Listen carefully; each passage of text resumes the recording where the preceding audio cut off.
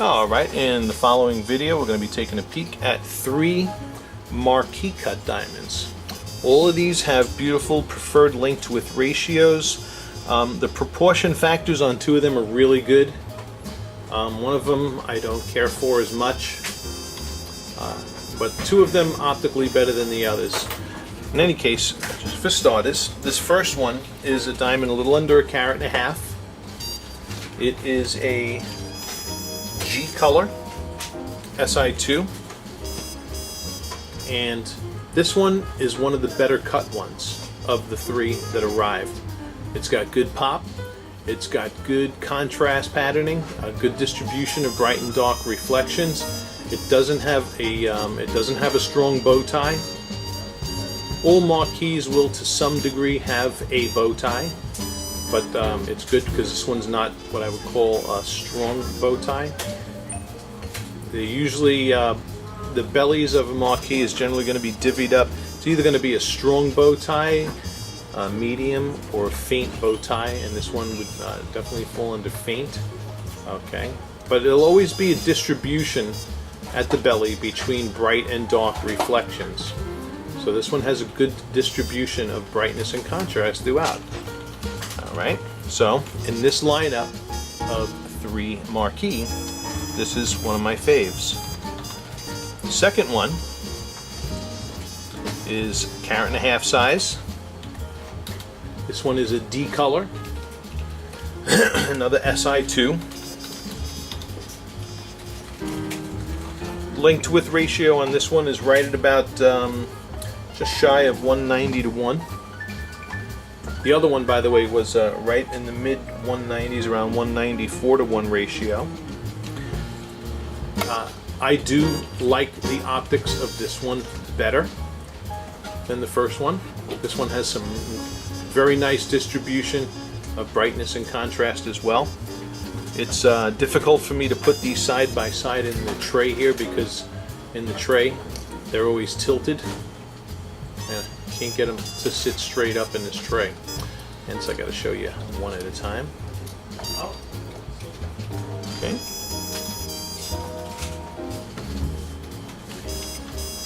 So on these first 2 Marquise, there was a nice, not only do you have a nice link to width ratio on the 2 of them, but you also have a nice table total depth combination as well. Okay. And regarding the SI2 part of it, you'll talk to your sales associate about how eye clean they are or not. But let's just go to diamond number 3, which is 1.75 carats in the weight, and is another D color SI2. This one, when I was looking at it earlier, looked a little hazier to me.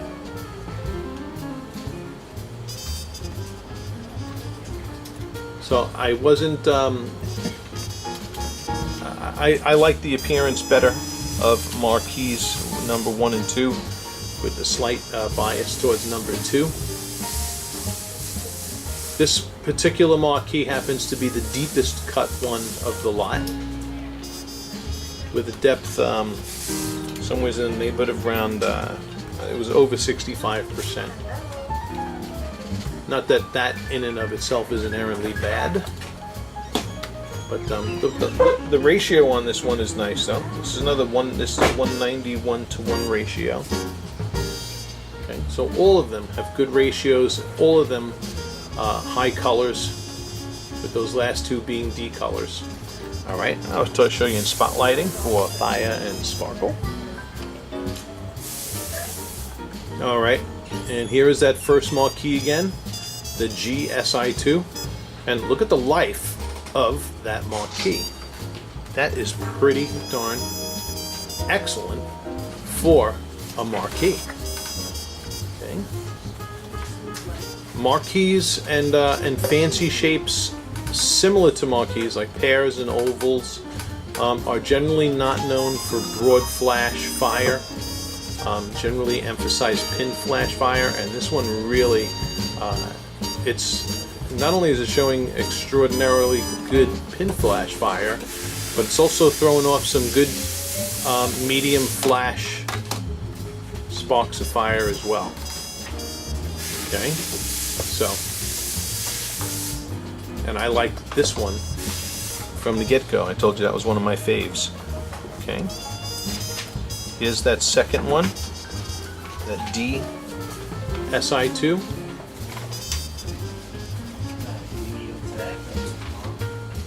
Okay, and my feelings are the same on this one. Okay.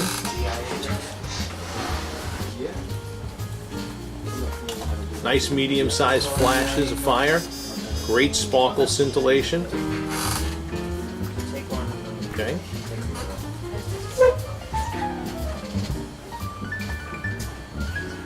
Yep.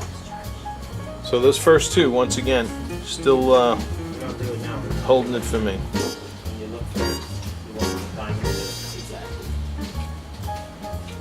Okay.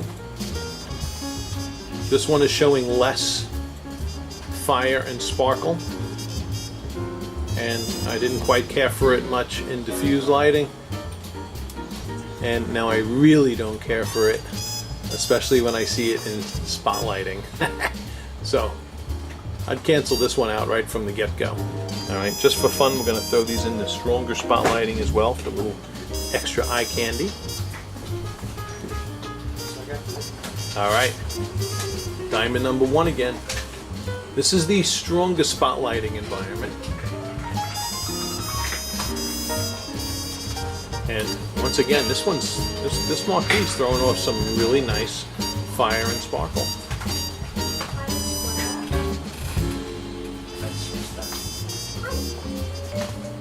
So, I'm pleased with this first one. Let's look at the D.